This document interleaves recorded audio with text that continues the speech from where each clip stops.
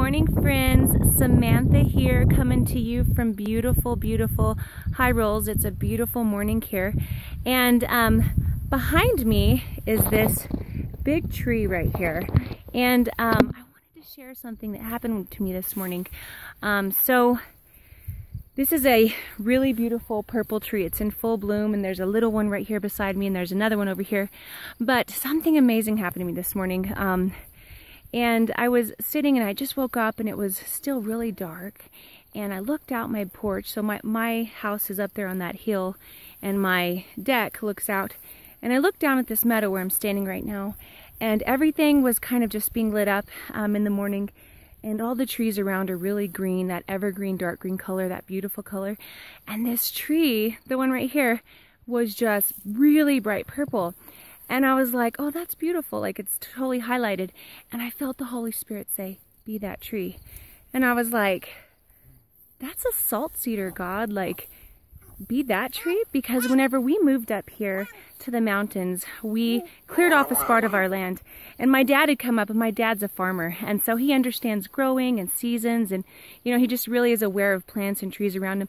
And he was like, that's a salt cedar. And he's like, you got water on your property. And because those, they suck up any of the water around. And I was like, oh, well, that's where I want to put my garden, you know? And so we planted, or we came and we tried to clear the land there, but there was this huge tree, probably as big as that, or maybe a little bit bigger. And we cut it down, and we tried to clear the land and get rid of it. And what happened was, that sucker came back again and again, and we tried all different ways to kill it, and to, like, we put salt in the roots, we did all kinds of stuff to try to kill the salt cedar. And I think you know where I'm going with this, but so the Lord said this morning, he said, be that tree. And I was like, you know, kind of confused, and then I started thinking about it, and instead of being negative, I thought, oh, and I just felt him start talking to me, and he was like, I want you to stand out. When you're around all the people of the world, when you're around all the people that don't know me, I want you to stand out and be beautiful. And I want people, whenever they see you, I want them to see something is different about you, that you have been in the presence of the Lord, and there's love on you, and there is peace, and through trials and different, just that that you're different, and that you're going to stand out like these beautiful purple blooming trees.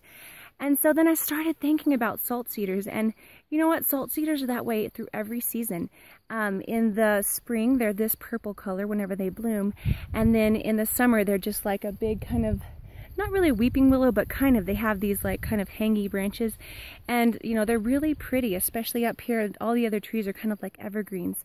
And then in the fall, they turn this beautiful golden color. And so they stand out in every season of their life, no matter what's happening around them and the weather changing. And then in the winter, they get crystallized, and they have these beautiful, they're just beautiful whenever you get that ice on them. So I thought, well, that's really cool. And then I started thinking about how we couldn't kill the salt cedar. In fact, it's still growing. We cannot get rid of it. And so, you okay, baby? And so it's just interesting to me. And I looked up all kinds of ways to kill salt cedars.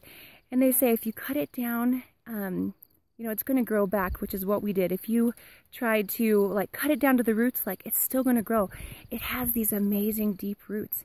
And I think that's how we're supposed to be in our identity. And that's what we're going to be studying this summer, is we are going to try to become so solid in who we are, not as Christian women, but who you specifically are in Jesus, and what is your gifting and what you can be doing beyond being faithful to attend church and to be with other believers.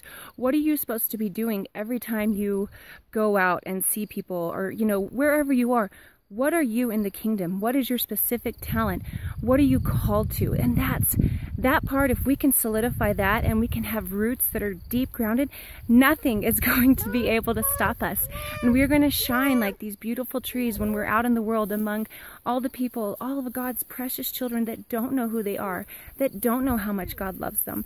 And so, oh, the other thing is, if you try to burn the tree, it comes back so much stronger. Like, that is a way that it actually reproduces through the fire, kind of like the big trees out in California, the California redwoods. So anyways, I don't want him to walk off that little cliff right there.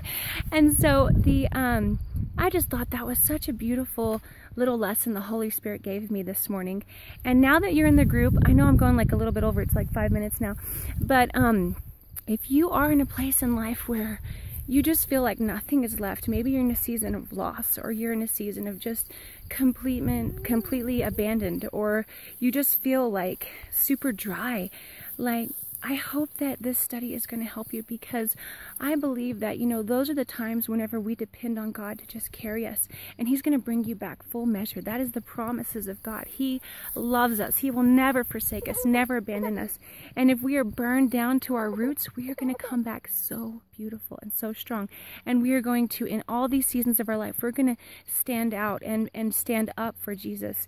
And so I just wanted to share that. I'm going to post below a song that whenever you have 5 minutes or so to just kind of go into your secret place and just listen to this song and just listen to the words and come into agreement with them. And it starts out worthy, and it's saying God is so worthy of everything we want to bring Him. And then it talks about building our lives. And I just thought that's so perfect with the roots that we're going to be building this summer. We're going to be making such a strong foundation from the Word, from the things that we've learned in life, from the things that other people in the Lord have spoken into our lives. So anyways, listen to that song. Try to just spend some time in surrender and worshiping Him. And then if you want to share what you learned or what you thought, that's awesome too. I also want to encourage you guys, each of you can be doing lives like this. I think this is kind of like, you know, when it's good for you to post a live and tell us what you're doing in life or what you're hoping to get out of this. If you don't know how to post a live, you just go to to make a post, and there's like a drop down below and it just says go live.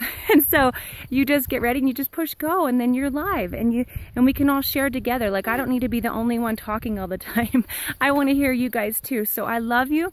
I'm going to go because this is getting long, and just think about that, and anything that the Holy Spirit tells you, just like this morning, share with us, because we all need to hear what's happening in your lives. All right, I'm going to talk to you guys later. Listen to that song, and I hope that it blesses you today, and I hope that God is preparing your heart for what He wants to do and what He wants to grow you in this summer. I love you guys. I'll talk to you later.